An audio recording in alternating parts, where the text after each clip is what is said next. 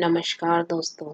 आज मैं धरती माता की कहानी लिख कर के आई हूँ। कहानी को अंत तक जरूर सुनिएगा। एक ब्राह्मणी थी।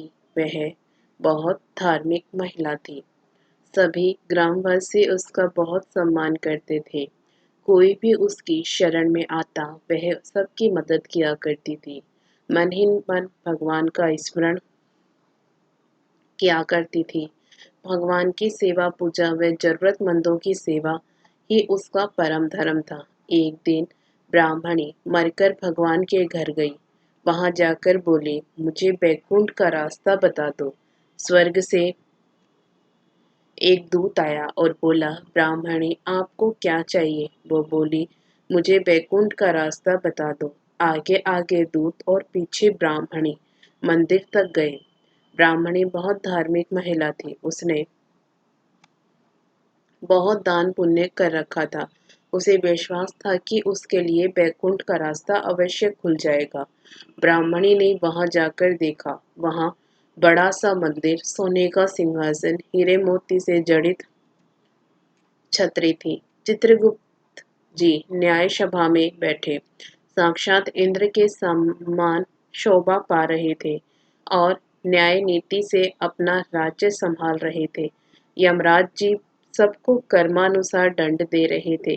ब्रह्माणी ने जाकर प्रणाम किया और बोली, मुझे बैकुंठ जाना है। चित्रगुप्त ने लेखा सुनाया और कहा कि ब्रह्माणी, तुमने सब धर्म किए परंतु धरती माता की कहानी नहीं सुनी, इसलिए तुम्हारे सिर पर धरती माता का कर्ज है। बैकुंठ में कैसे जाएगी?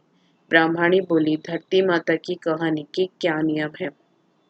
चित्रगुप्त जी बोले, कोई 1 साल, कोई 6 महीने, कोई 7 दिन ही सुने, पर धरती माता की कहानी अवश्य सुने, फिर उसका उद्यापन कर दे। धरती माता की कहानी सुनने से जाने अनजाने किए गए पाप कर्मों को धरती माता हर लेती है।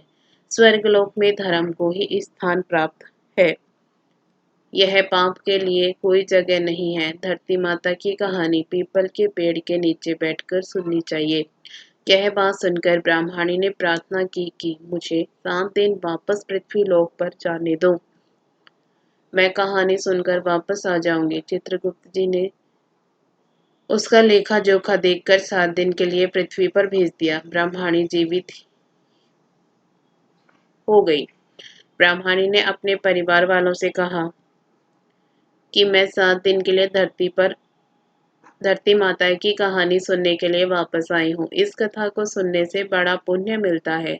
उसने पीपल के पेड़ के नीचे बैठकर परिवार के साथ 7 दिन तक धरती माता की कथा सुनी। 7 दिन पूरे होने पर वापस धर्मराज जी का बुलावा आया और ब्रह्मणी को बैकुंठ में श्रीहरि के चरणों में स्थान प्राप्त हुआ। जो कोई भी प्राणी धरती माता की कहानी सुनता है, मृत्यु के समय सभी पाप कर्म धरती माता हर लेती है।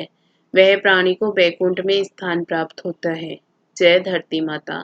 आपको कहानी पसंद आए तो वीडियो को लाइक जरूर करिएगा। इसी तरह की कथा कहानियों के लिए हमारे चैनल को सब्सक्राइब भी जरूर करिएगा। धन्यवाद।